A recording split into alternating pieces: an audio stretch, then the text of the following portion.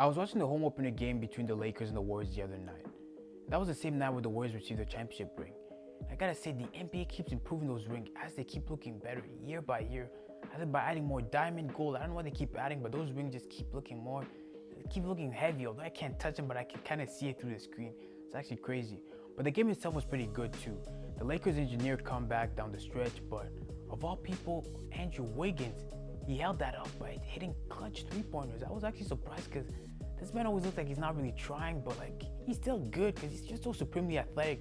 So that was kind of a nice game to watch, but that wasn't the point. The point is that during the halftime, Charles Barkley, the member of the TNT crew making their halftime reports and all that good stuff, said interesting comments regarding Russell Westbrook. Take a listen. This guy used to be so exuberant, played with great energy and great emotion.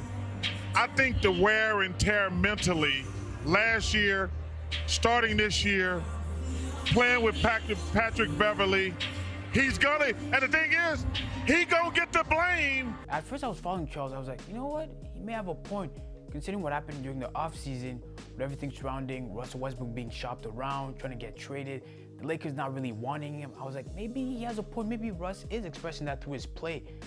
But the more I was watching Russ play, I was like, man, he's playing with that same energy, that same electricity. Especially watching this play. Another turnover, 3-on-1, and here they go! Westbrook! Sledgehammer! I was like, there's no way that this guy's lost his exuberance or his energy. As I mentioned, the Lakers were shopping him around as he was not the best fit for them, especially during his first year. Got a lot of flack for it, got a lot of criticism, and I get it. If you're not playing well, come to the territory, especially when you're a superstar. But I feel like with Russell Westbrook, we focus so much on his turnovers and everything he does wrong, and we don't put enough attention on everything he does right. And what's been happening lately is that we started discrediting him for what he did for his entire career and his full body of work. We act as if all he did was hunt for triple-double and was stat-driven. And we forget the most important thing he does. He plays with energy, intensity, electricity, so much passion and love for the game, every game. Like, I can't think of another player that plays the same way as he does. Like, he doesn't take nights off. The only other guy that I can think about is Giannis. But Westbrook, just watching him play, you can see that this guy just, the way he goes to the basket, at times again, he may take bad shots, he may have turnovers, he may try to press too much, and I get that.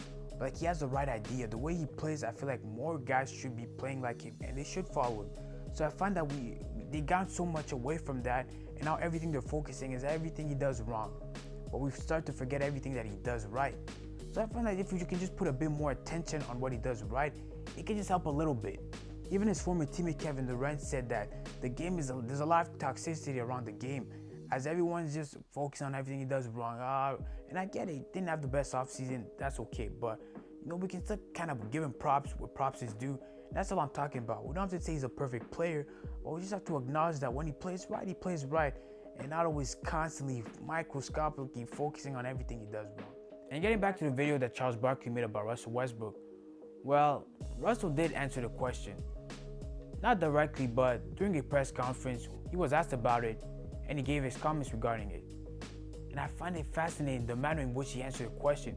He answered it with class, did not slander Charles, did not say a bunch of negative stuff. He simply reverted back to his faith, and he said that God got him. I mean, no matter what everyone else is saying about him, that's how he stays focused, and that's how he's able to do his job day in and day out.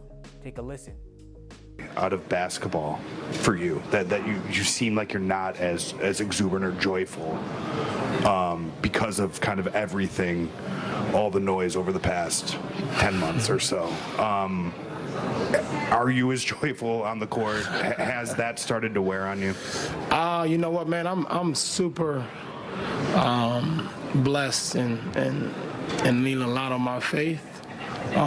So I have a lot of great friends, family, good people in my corner that support me through thick and thin. And when I have God in my corner, it doesn't really matter what happens outside of that. I stay on course, stay focused, stay locked in.